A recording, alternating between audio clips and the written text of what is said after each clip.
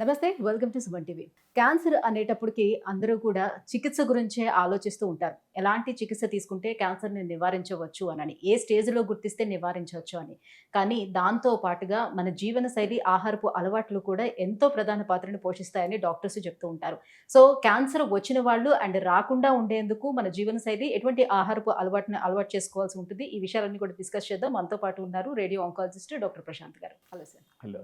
Sir, బేసిక్‌గా అందరూ cancer వచ్చిందనంటే నాకు ఈ క్యాన్సర్ వచ్చిందని బాధపడతారు గానీ, ఎందువల్ల వచ్చింది? దాని మూల కారణం ఏంటి? మనం ఎక్కడ ఏ మిస్టేక్ చేస్తున్నాము? మన లైఫ్ స్టైల్ ఏంటి? లేదంటే మనం తీసుకున్నటువంటి ఫుడ్ హ్యాబిట్స్ ఏంటి? దేనివల్ల వచ్చిందని ఎవరు ఆలోచించరు. అవును. బేసిక్‌గా మనం తీసుకున్నటువంటి ఫుడ్ వల్ల గూడా ఎలాంటి క్యాన్సర్స్ వచ్చే ఛాన్సెస్ ఎక్కువగా ఉంటాయి? ఈ ఒబేసిటీ అనేది చాలా క్యాన్సర్‌లకి కారణం అండి. అందరూ ఏంటంటే స్మోకింగ్, ఆల్కహాల్ అంటారు. బట్ ఒబేసిటీ కూడా చాలా క్యాన్సర్‌లు. ఎస్పెషల్లీ ఆడవాళ్ళలో చూసుకుంటే రొమ్ము క్యాన్సర్ ఒకటి, హ్మ్. యూటరైన్ క్యాన్సర్ అంటే గర్భసంచి క్యాన్సర్, అట్లాగే పేగు క్యాన్సరు.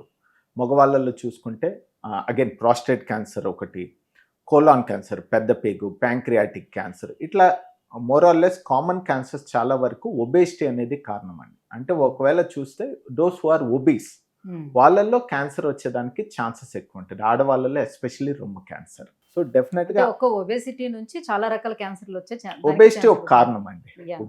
ఒబేసిటీ ఒబీస్గా ఉండే వాళ్ళలో రిస్క్ అనేది ఎక్కువ ఉంటుంది. బేసికల్లీ అందరు తెలిసిందే ఒబేస్ ఎందుకంటే మన ప్రాసెస్డ్ ఫుడ్, ఇంటి పట్టు భోజనం చాలా తక్కువ, బయట ఎక్కువ తింటాము, ప్రాసెస్డ్ ఫుడ్స్ ఎక్కువ కన్స్యూమ్ చేస్తాము. ప్లస్ ఏంటంటే మన అలవాట్లలో కూడా మన ట్రెడిషనల్ డైట్ నుంచి మనం మూవ్ అయిపోయాం అనమాట. సో ఎక్కువ అల్ట్రా ప్రాసెస్డ్ ఫుడ్స్ కానీ వెస్టర్నైజ్డ్ పిజ్జా, బర్గర్స్ అవి ఏదైతే ఉన్నాయో వాటికి ఎక్కువ అలవాటు పడ్డాం. వీటితో పాటు సెడెంటరీ లైఫ్ స్టైల్, మూమెంట్ అనేది చాలా తగ్గిపోయింది అనమాట. ఏ చిన్న పని కూడా మనం ఏదో ఒక వాహనం అనేది యూజ్ చేస్తున్నాం. ఈవెన్ మెట్లు ఎక్కడానికి కూడా ఒక ఫ్లోర్ అయినా కూడా లిఫ్టే యూజ్ చేస్తుంటాం మనం. సో ఓవరాల్గా ఇంకోటి లైఫ్ కూడా ఎక్కువ సాఫ్ట్వేర్, ఇటు ఈ ప్రొఫెషనల్స్ వీటిల్లో వచ్చేసరికి మన మూమెంట్ అనేది ఎక్కువ తగ్గింది. సో మన life style, sedentary food habits కానీ సెడెంటరీ లైఫ్ స్టైల్ వీటి వల్ల ఏంటంటే ఒబేసిటీ అనేది చిన్న వయసు నుంచే వస్తుంది. ఇప్పుడు మనం సిటీస్‌లో చూసుకుంటే అందరూ కూడా బిజీ లైఫ్ కాబట్టి కొంచెం కుకింగ్ మీద స్పెండ్ అవును. చేయడం తగ్గుతుంది కాబట్టి బయటని డిపెండ్ అవుతున్నారు.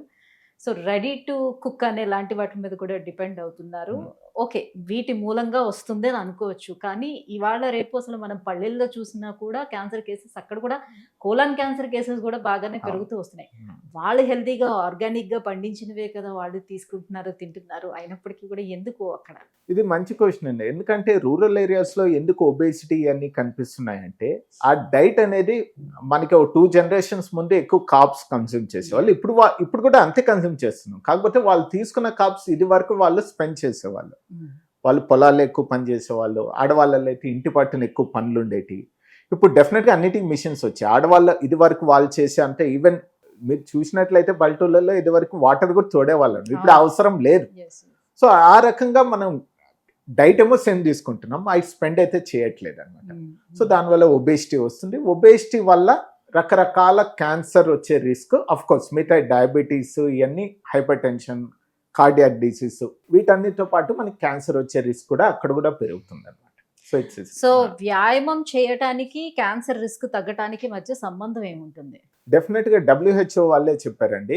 ఎవరైతే డిఫరెంట్ స్టడీస్ 1, 2 కాదు కొన్ని వేల స్టడీస్ ఉన్నాయన్నమాట. ఎవరైతే వ్యాయామం రెగ్యులర్గా చేస్తారో వాళ్ళలో క్యాన్సర్ వచ్చే ఛాన్స్ చాలా తక్కువ ఉంటుందండి. Compare to sedentary life style, ఎవరైతే ఎక్సర్సైజ్ చేయరో వాళ్ళల్లో ఎక్కువ ఉంటుంది. ఈ WHO వాళ్ళే చెప్పారనమాట. అట్లీస్ట్ వారానికి 150 నిమిషాలు, అంటే వారానికి 5 నుంచి 6 రోజులు, రోజుకి అరగంటన్నా కొంచెము జోన్ 2 ఎక్సర్సైజ్ అంటారు అనమాట. కొంచెం స్ట్రీనస్ యాక్టివిటీ అంటే ఏంటంటే మామూలు సింపుల్ వాక్ కాకుండా కాస్త బ్రిస్క్ వాకింగ్, కొంచెం ఫాస్ట్గా సైకిల్ తొక్కడము, ఈ సింపుల్ ఎక్సర్సైజ్.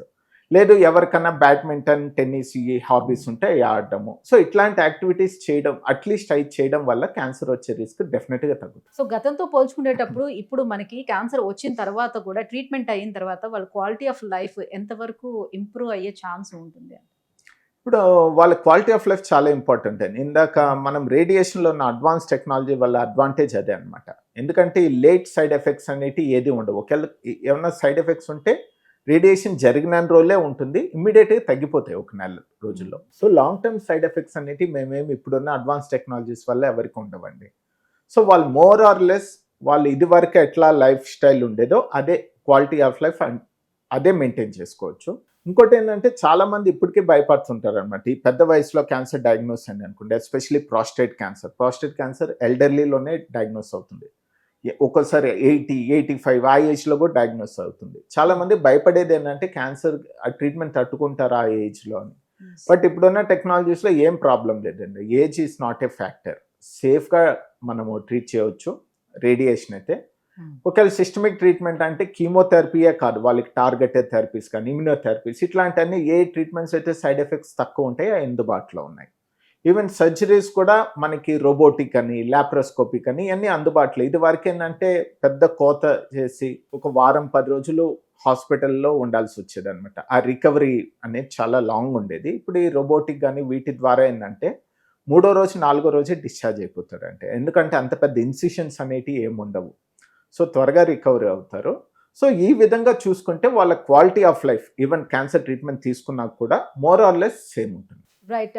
సో ఇప్పుడు జనరల్గా మనకి నీరు కలుషితం అవుతుంది, గాలి కలుషితం అవుతుంది, భూమి కలుషితం అవుతుంది. కాబట్టి ఇలాంటి తరుణంలో మనల్ని మనం చంపుకోకుండా అసలు ఎటువంటి అలవాట్లు చేసుకుంటే సేఫ్గా బయటపడగలుగుతాం. ఎందుకంటే ఆల్రెడీ ఇవన్నీ కూడా కలుషితమే ఉన్నాయి కాబట్టి ఇంకా అదర్ అలవాట్లు కూడా మనం చేసుకున్నాం అనుకోండి, మనం కిల్ చేసుకున్నట్టే కదా. సో అలా మనం సేఫ్గా బయటపడాలంటే ఎలాంటి అలవాట్లను అలవర్చుకోవాలి? ఇప్పుడు చాలా వరకు మన చేతుల్లోనే ఉందండి. ఇప్పుడు అందరూ చెప్తుంటారు, మీరు ఇందాక అన్నారు పొల్యూషన్, ఇవన్నీ ఒక ఫ్యాక్టర్స్. దానిలో మనం పెద్ద చేసేది ఏం లేదు. బట్ మనం చేయగలిగింది 80-90% ఉంది. ఒకటి హెల్తీ లైఫ్ స్టైల్. ఆల్కహాల్కి టొబాకోకి absolutely 0. No alcohol, no tobacco. దానికి దూరంగా ఉంటే చాలా వరకు 30-40% క్యాన్సర్ నుంచి మిమ్మల్ని మీరు కాపాడుకున్నట్టే.